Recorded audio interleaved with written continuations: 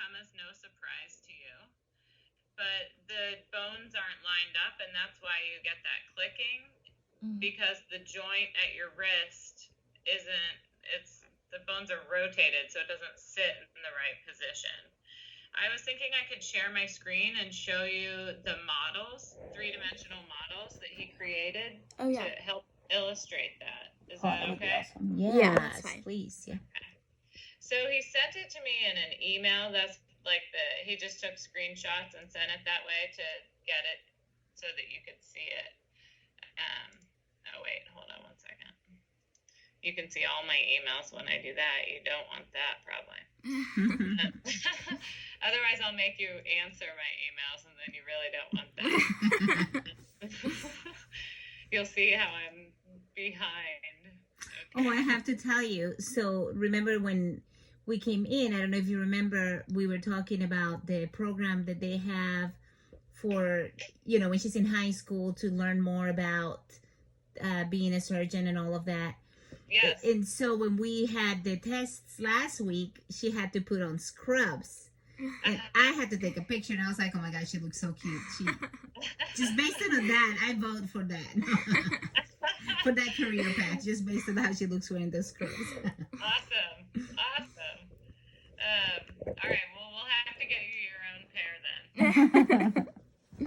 So can you see these pictures on the screen it says it's an email from Ruben O'Hara Plotnick, and then there's pictures of bones? Yep. Yeah. Okay.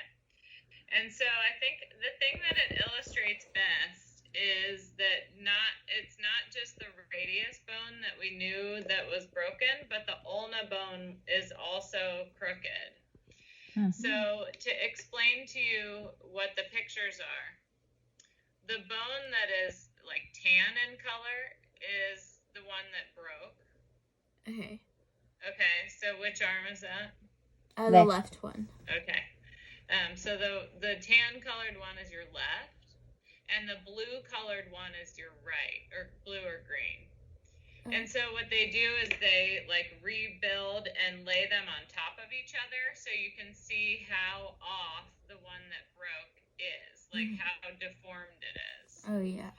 And so do you see what it's supposed to be is that blue-green one, but it's like way over. So I think the one that illustrates that best are sort of these two. So from the front, you see how off like angle it is on this far left view. And then when you're looking down at the bone, so this one sort of bigger one in the middle is if you were to look like straight down through your wrist. Oh, okay. And you see and that's the end of the bone, and it's rotated off a little bit. Like if you were to look from your fingertips all the way up your arm, which is hard for you to do. Yeah. But in that position. Wow.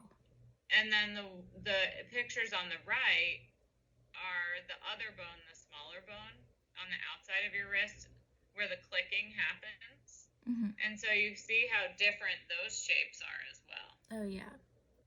And it happens at about the same level of the bone. And so I think that, why did that happen when that one didn't break? Do you understand why I'm asking that question? Like, if we knew that only the radius bone was broken, why are both of them deformed? Yeah. The answer, I think, is that sometimes bones will break or rather not break. They will deform but not break when you're younger. Oh, okay. So it's called plastic deformity, and it's because of how bendy the bones are. As we get older, our bones become more brittle. Mm-hmm. And so yours are strong and kind of bendy that I think probably when the radius broke, the ulna bent. Oh, okay. Oh, wow.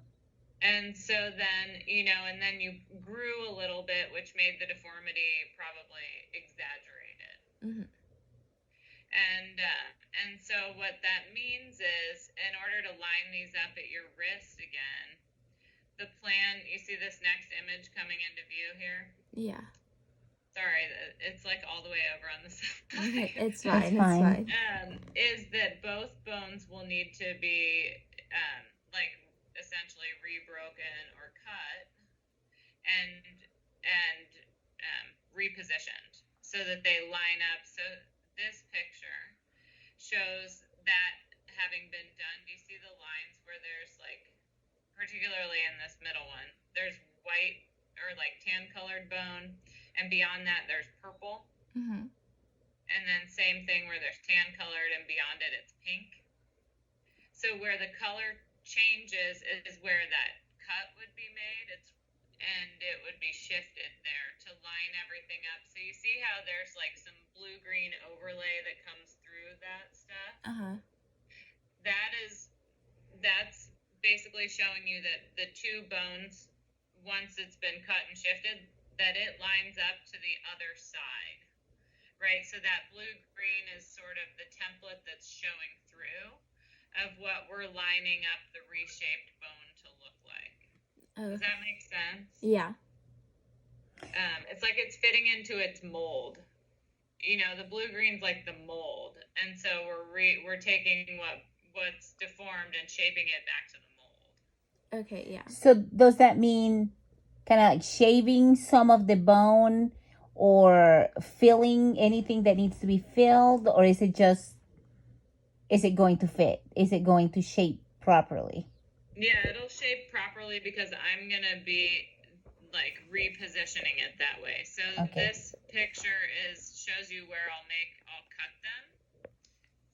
And that is done honestly with a saw. Mm-hmm. Because bone is like wood. And you see how there's little red like slivers in the middle of that? Mm-hmm. That's a very small amount of bone that's being removed to accommodate for them to be like flat against each other, squeezed together, and then it's held together with a plate and screws. Okay. Which, we can talk about that. They'll probably